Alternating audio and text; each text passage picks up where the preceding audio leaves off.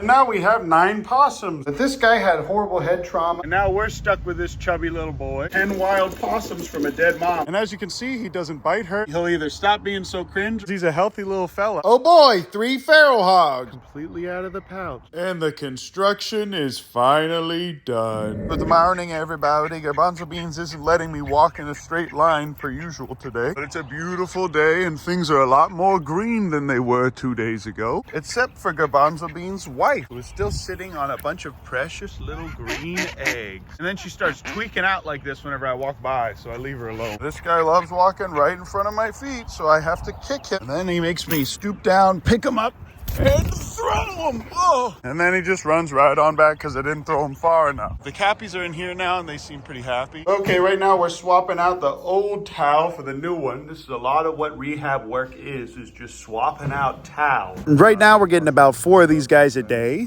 Okay, there they are. And we get on average about 2 or 3 squirrels every day, especially after a big rainstorm. Then we get about 10. Ian and Sky have done an amazing job of taking care of our little neonatal babies. This is their little weaning enclosure where they can go into this little thing and hang out. They no longer need to stay in an incubator now because they're older. Ian's gonna go ahead and weigh this little guy real quick. 112. 116 is what he is. And we usually put him in here at about 116 or around that weight. These guys are ready to go in here, but we still have about probably 8. Oh, and this one's Pikachu because of his little broken tail. Oh. And we've been getting on average about 7 squirrels a week. Did you really not like this video yet? But my friend left her hat here, as you guys can see, and now they love it. There's no better squirrel's nest than your friend's hat that she left at your house 2 years ago. Look how cozy these little creatures are. That's what's my favorite. Right now, while editing this, we have about 12 in here that are about this size. When these guys are resting, they tend to look like this, but this little guy looks particularly zooted. And this is actually an owl pellet that he coughed up. But as you can see, he's still eating just fine, and I think he's gonna recover. Got stuck on his nose. Nibblerton with a carrot foe today. Lately, Nibblerton has just been standing like this. Blood just loves standing in his little corner on his little hind legs and eating. And Small Pound here, or Nibblerton as I calls him, now lives in the owl flight pen next to my house. But I will move them if we get a large owl. And this was the first of 2 batches of 10 possums we got this week. These guys are actually kind of old. So the mom got hit by a car, and she said there were vultures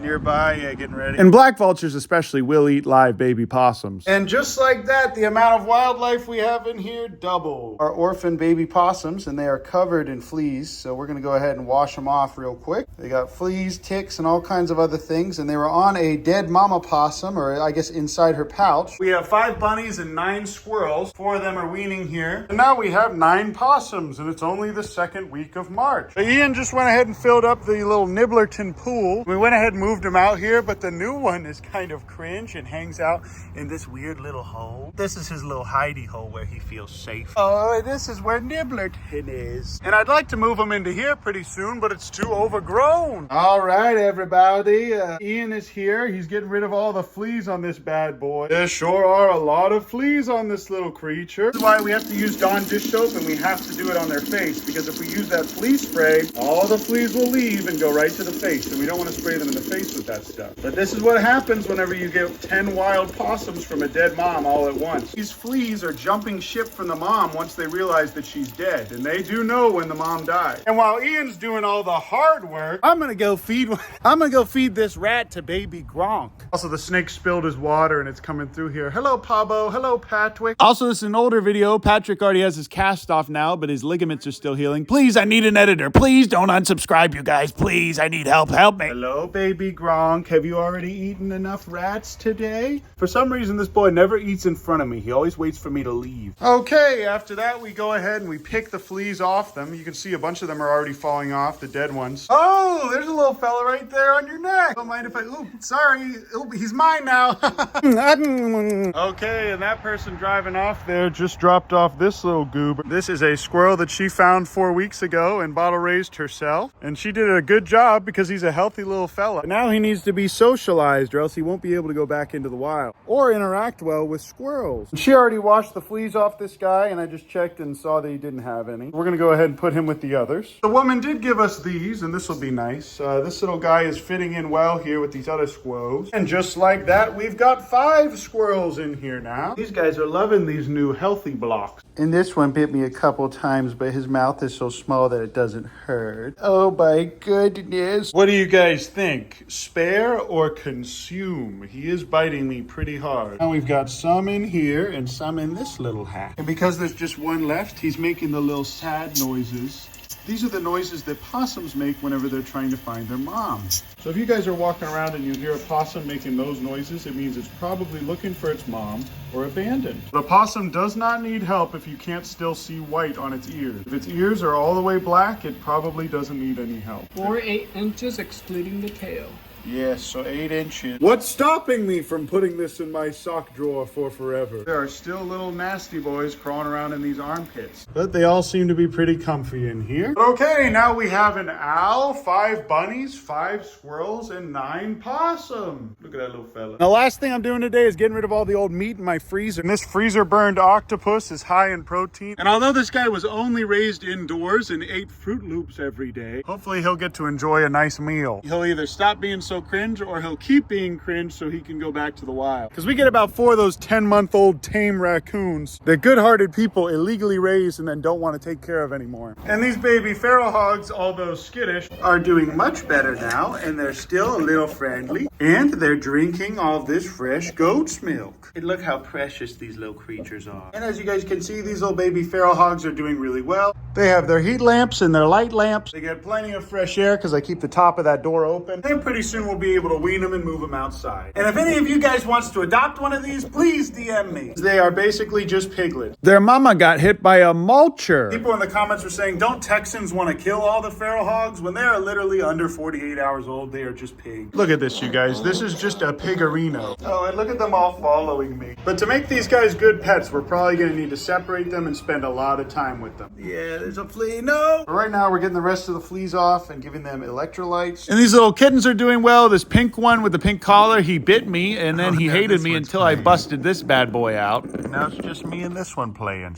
Look at this boy sitting up here. But this one used to hate me, and now he's my only friend. And your Bringleboop really loves being thrown in the air, and you can tell because he runs right back to me after I throw him. So no, it's not a Just to reiterate, you guys, I'm not making money breeding kangaroos. I got to baby a girlfriend so I could show you guys the miracle of kangaroo birth. And you would need at least a couple dozen kangaroos to actually make somewhat of a living off these guys. Also, they have 0 labor pains. And Matt is finishing up the driveway. Pretty soon we're finally gonna have a level driveway that doesn't have all kinds of holes in it. Look at this Timmy.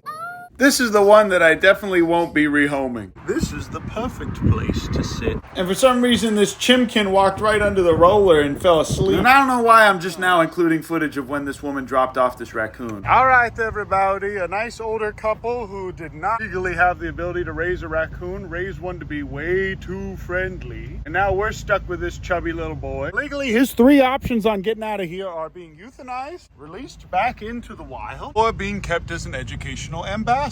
And I have some friends that are rehabbers that could potentially have him as an ambassador under their permit. Because old Uncle Ben has to wait 1 more year before he can legally keep one of these guys as an educational ambassador. But I think this little guy will be okay, and he might even go back to the wild if we raise him with some other raccoons. And speaking of going back into the wild, this little fella doesn't need to be in here anymore. I love screech owls, you guys, because you could literally just pick them up. But you should still always wear gloves. This is a eastern screech owl. You can literally just pick them up, and they can talon you, but it doesn't hurt very much. And this guy is going to be able to go back to the wild pretty soon, but I think that he has an eye injury. As you can see, the screech owl is doing a lot better now, but you see how both of his pupils contract differently? This pupil here is not dilating the way it should. But this guy had horrible head trauma and was hit by a car, I believe, and he's eating just fine on his own. Come on, buddy, get off. He sure is squeezing on on my hand. But if this was a great horned owl, I'd be going to the hospital right now. But here you go, you guys. This is our creature feature on the eastern screech owl. I'm gonna go ahead and just move him into his enclosure. He is squeezing real hard now. And his wings are not injured at all. He can fly around just fine. And for privacy, I've given him this little towel. And I know you guys asked for more big bounce footage in the last video, so here he is. As you can see, she slaps him sometimes for no reason. I think it's just because she's swatting at flies. But when I was laying there, Garbanzo Beans and all of the Rhea came over and scared the little guy back in, so I didn't get to see him anymore. But now I have all the peaceful animals grazing with the peaceful animals and no problematic animals like Kevin or the ostrich running around. And Matt just did an amazing job of fixing the driveway here. He's been around since almost the very beginning. And he put a bunch of sand in here. But Matt is a based veteran, and if you guys need development work done in Texas, please hit him up. Good evening, everybody. It's a beautiful day, and Garbanzo Beans won't leave me alone, per usual. And now, for the first time, I actually feel like the majority of our project of buying this derelict land with a crack house and a homeless camp and 500 tires and a ton of oil, we might want to put a picket fence for the white-tailed deer or some shade here for the pond, I think for the most part, we are ready for wildlife. And my kangaroos are happy and where they're supposed to be right now. Look at this little boy scratching his thigh. And the baby will always be that precious little fella hanging from a doorknob in my apartment, no matter how old and terrifying he gets. And I don't really need Karen's and the other Rhea's eggs to be fertile, because I'm not really out here trying to farm Rhea. And even though this isn't a very big deal for this species, I don't really want their eggs to be inbred. But that ain't gonna stop me from making a quick buck selling their eggs at the Waco Farmers Market.